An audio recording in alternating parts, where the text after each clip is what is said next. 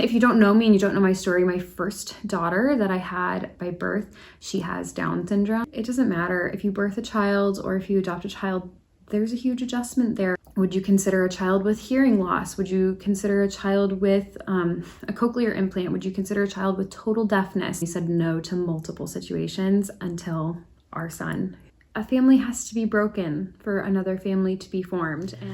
Hello, and thank you so much for clicking on this video today. My name is Deidre, for those of you who may not know me, and I have 2 children. I had one child in 2020 that I gave birth to, and then I adopted another child at the beginning of this year. So I've done it both ways, and I don't have all the answers to questions that you may be having regarding adoption. There's so many different kinds of adoption, and I really can only speak to my experience and what that was like. But I'm an open book. If you have any questions, feel free to ask. You can DM me on Instagram, which is linked in the description, or you can comment right here on this video, and I will try to either address them right then and there or potentially make a follow-up video going into more specifics, because this video I really just want to be a very general overview of kind of what our experience was like, just like things that were highlights or for good or for bad, and maybe things that were unexpected. I don't really remember every single thing I wrote, so we'll see what I really have to say. But I first wanted to start off with the disclaimer that adoption, like I said, is very different and can vary tons with how you go about it. And pretty much no matter how you go about it, it's going to be hard. But as someone who has been pregnant and given birth, that was also hard. So I don't really know if I could say like one is necessarily preferable to the other for my preference.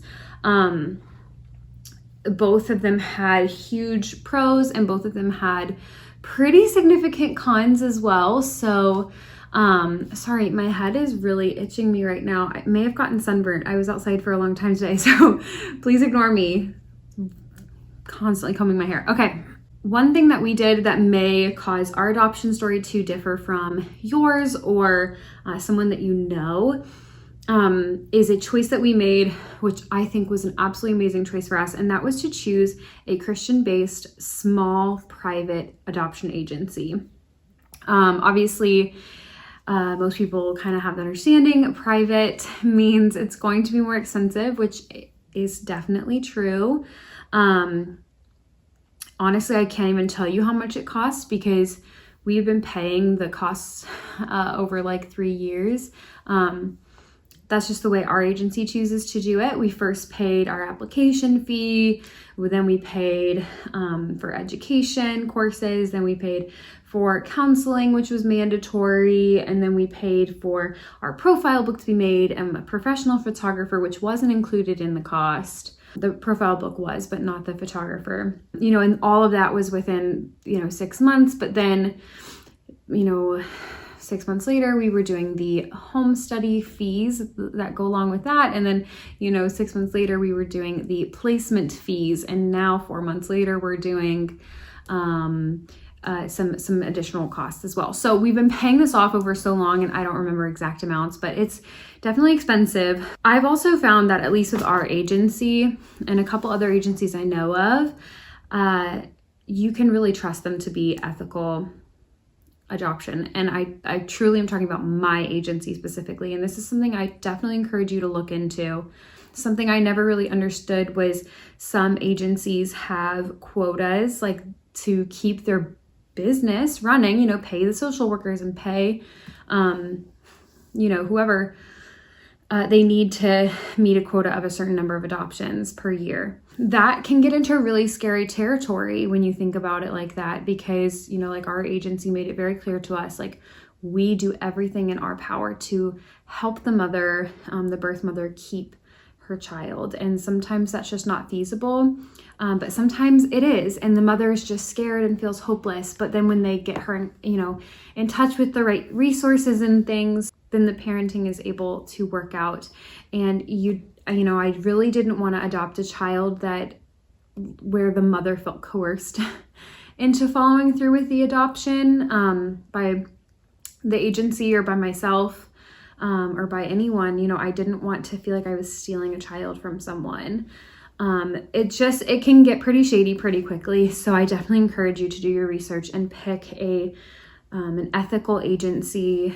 And I found that, Christian-based ones tend to be rather ethical. The few that I've kind of been in contact with are some of the more ethical ones I found, but also, if you're not a Christian, then a lot of times those Christian-based agencies will not accept your application. Their whole point of running as a Christian agency is that everything that they do is based in Christian values, and that includes, where they place the children. So, if there's a difference of belief there, hopefully you can find, an agency that is ethical, that is not Christian run. But that's really all we were looking at. So that is kind of my only experience with that. So number 2 is talking about it being hard. The first hard thing is the emotional work that you have to do. For us, they put us through education courses very quickly that they actually provided for the most part. And these education courses are, to help you understand the full triad. So adoptive parents, birth parents, and the adoptive person.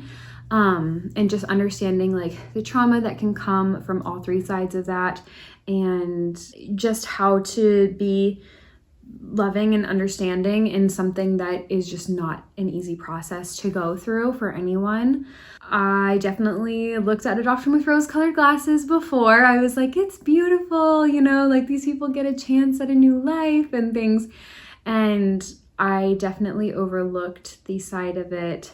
A family has to be broken for another family to be formed. And that is sad and that's traumatic. And so you definitely have to go through that emotional work. And I will say that taking those rose-colored glasses off can be really painful. There can be a lot of like resistance and almost grief in that. So that was really, really difficult. I remember leaving those sessions crying sometimes. Like it was just really, really difficult. I read a couple of books. The one that I can think of off the top of my head is Through Adopted Eyes. And then I know another one written by the same author is called Through Adopted Hearts. Maybe I read Through Adopted Hearts actually.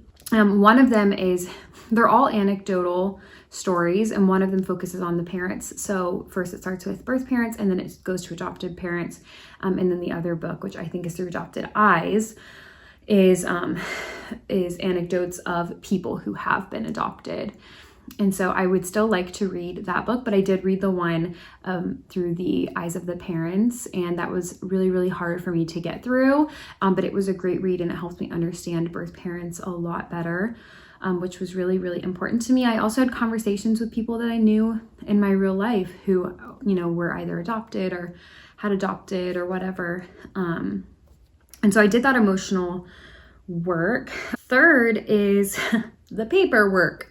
So there's tons of paperwork, and it's not all just like, oh, here's my name, here's my social security. Sometimes we need to make sure you are ready for a fire inspection. So then you have to like meet this checklist of things. Okay, I need to buy a fire extinguisher. I need to get carbon monoxide monitors. I need to draw a fire escape plan. And then you have to have the fire marshal come and check everything in your house. And so, there's other things in the paperwork that's like that. There's a lot to it. So it can be pretty intense. And then fourth is more emotional work. I found that when we were completing the home study, for us, we had to do a child characterization checklist during this time. This is like when it's getting really close, like you're going to start getting what our agency called situations.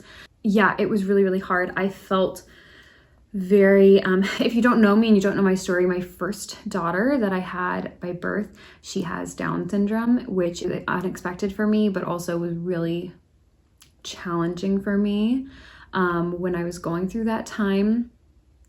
And if you're interested to hear what I mean by that, I actually have a video and I will link it up here. that I posted recently, which actually goes into my adoption story as well a little bit if you're interested. Essentially, when you're filling out this child characterization checklist, it at times really felt like I was kind of shopping for a child I wanted, because there's things, like, would you consider a child with hearing loss? Would you consider a child with a cochlear implant? Would you consider a child with total deafness? And you're like, okay, yes, no.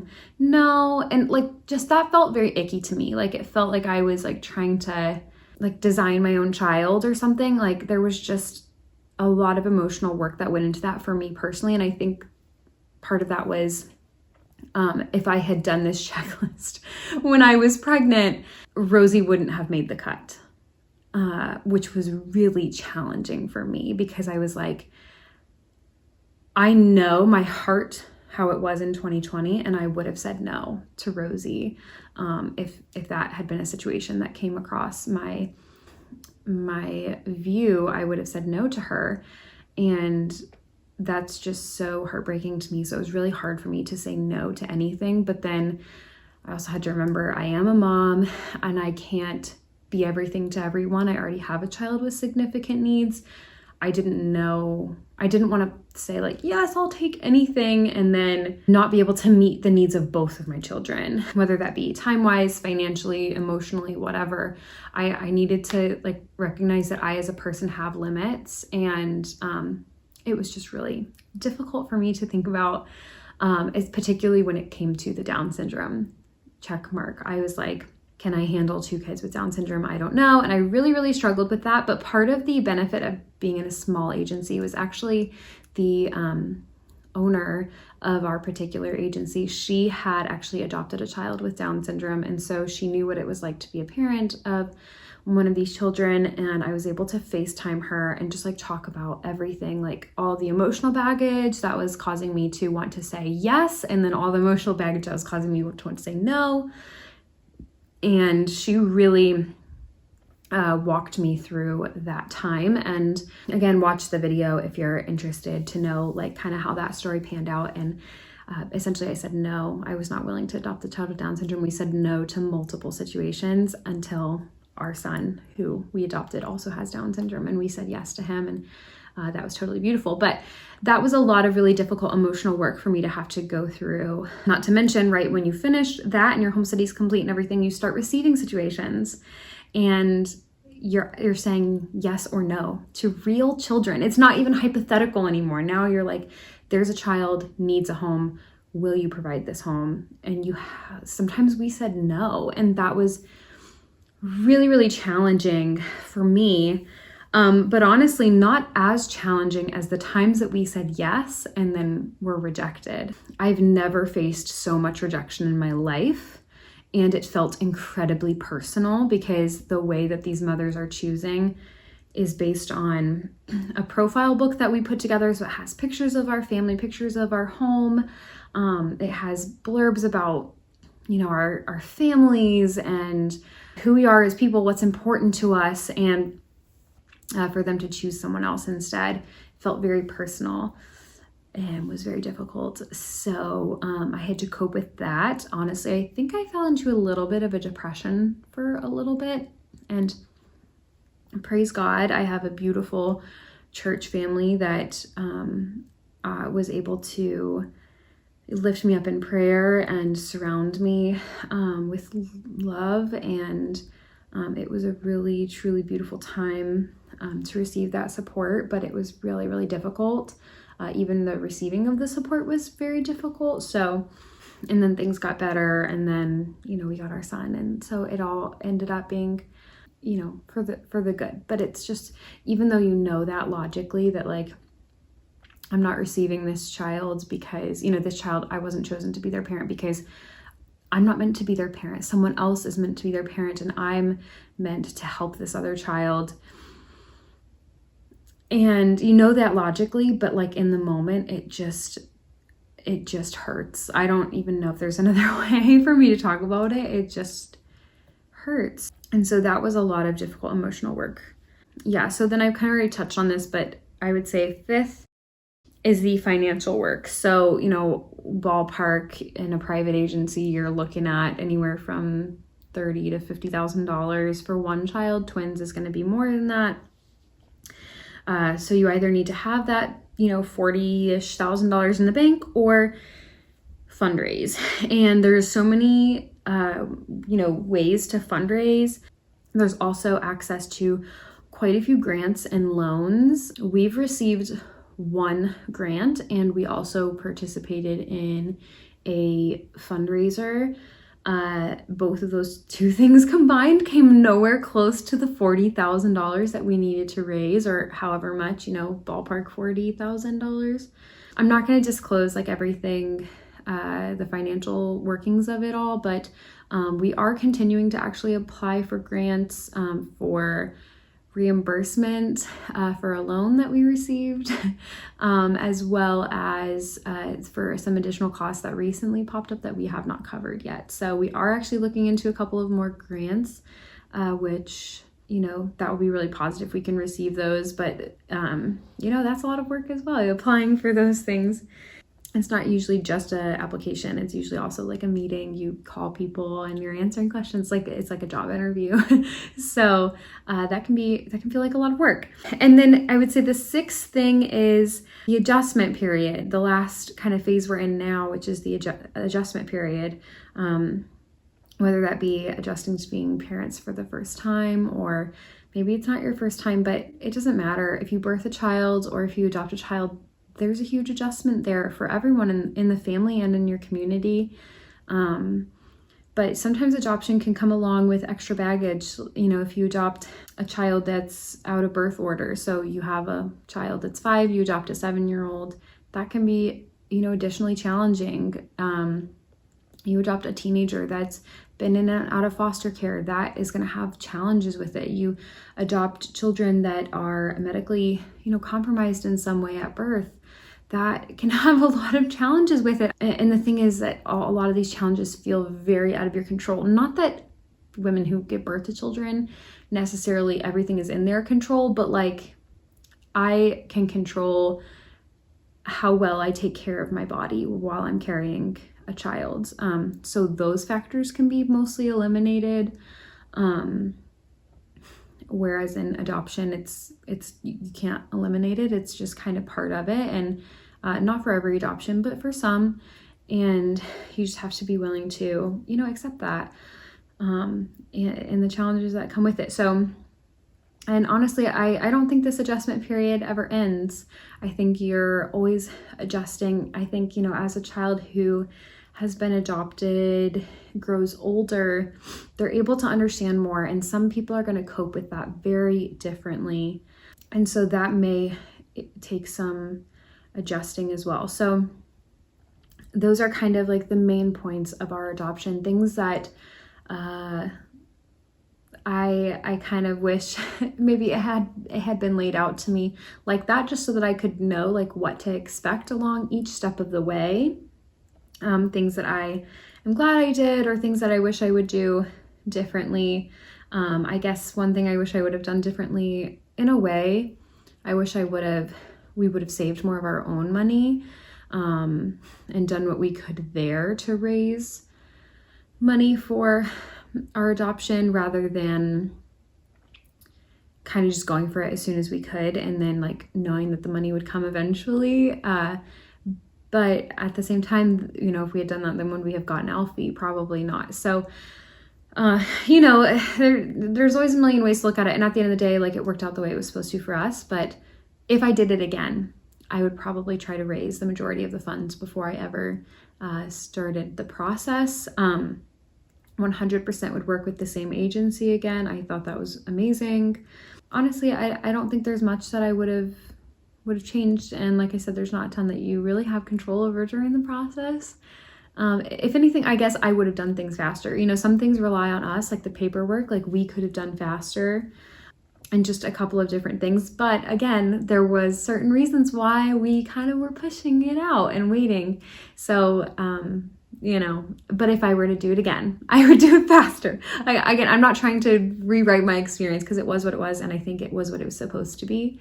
But if I did it again, I think that's kind of what I would do differently. So yeah, and plus it got stressful at the end because we were reaching our home study deadline. And so we were a little bit stressed and we were struggling to get background checks in time and stuff like that. So yeah, so that's kind of the general experience that we had with adoption. I'm happy to answer any questions. Not that I know everything, but or just engage in, conversation about it. If you, have your own story to share. Just drop me a comment down below, whatever you want to say, and I will see you guys in the next video. Bye.